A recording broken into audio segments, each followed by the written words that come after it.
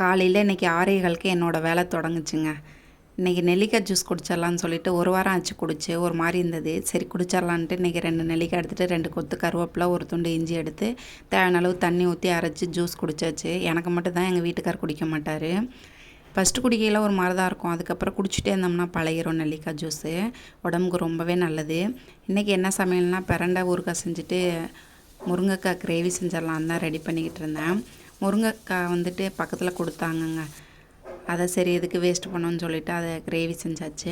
பிரண்டையை வந்துட்டு ஊறுகாய் செஞ்சிடலான்னா அதுக்கு தான் ரெடி பண்ணியிருந்தேன். அந்த 4 பக்கம் உள்ள நரம்பு எடுத்துகிட்டு கொஞ்சம் வெந்தயம் வறுத்து அதை பொடி பண்ணி வச்சுட்டு காரத்துக்கு தகுந்தாப்புல மிளகாய்த்தூள், புளி சேர்க்குறனால கொஞ்சம் பெருங்காயத்தூள், 2 பூண்டு முழுசாக எடுத்து அதை உரித்து சேர்த்துருந்தேன். இந்த பிரண்டையை சின்ன சின்னமாக கட் பண்ணி எண்ணெயிலே நல்லா வதக்கிட்டு நம்ம புளி ஊற வச்சுருந்தோம் இல்லையா, அந்த தண்ணி ஊற்றி அரைச்சிக்கலாம். எண்ணெய் ஊற்றிட்டு கடுகு உளுந்தம்பருப்பு போட்டுட்டு கடலப்பருப்பு கொஞ்சம் சேர்த்துட்டு இந்த பிரண்டை அரைச்சி வச்சுருந்ததை ஊற்றிட்டு, இன்றைக்கி என்ன நினச்சி புளி ஊற வச்சேன்னு தெரில, ரசத்துக்கு மாதிரி நிறைய தண்ணி ஊற்றி ஊற வச்சுட்டேன்.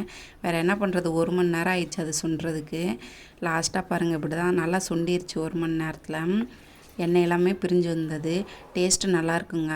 இது கிடச்சிச்சின்னா வாங்கி சாப்பிடுங்க, உடம்புக்கு ரொம்பவே நல்லது. ஒரு காலத்தில் இது காட்டிலலாம் எங்கள் ஊரில் நிறையா கிடக்கும். அப்போல்லாம் என்னன்னே தெரியாது எனக்கு, நான் சாப்பிட்டதே இல்லை. அப்புறம் இதுக்கு கல்யாணத்துக்கு பிறகு தான் இதெல்லாம் சாப்பிட கற்றுக்கிட்டேன். அதுவும் வந்து காசு கொடுத்து வாங்குகிற நிலைமைக்கு வந்துடுச்சு. இப்போ எல்லாம் கிடச்சிச்சின்னா வாங்கி சாப்பிடுங்க, உடம்புக்கு ரொம்பவே நல்லது. இன்றைக்கி எங்கள் வீட்டில் இதாங்க சாப்பாடு.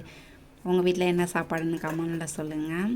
அதுக்கு பிறகு பாத்திரம்லாம் விளக்கி வச்சுட்டு எங்கள் வீட்டுக்கார் ஸ்வீட் கார்ன் வாங்கிட்டு வந்திருந்தார். 4 கார்ன் வந்துட்டு 50 ரூபான்னு சொல்லிட்டு நல்லா பெருசாகவே இருந்தது.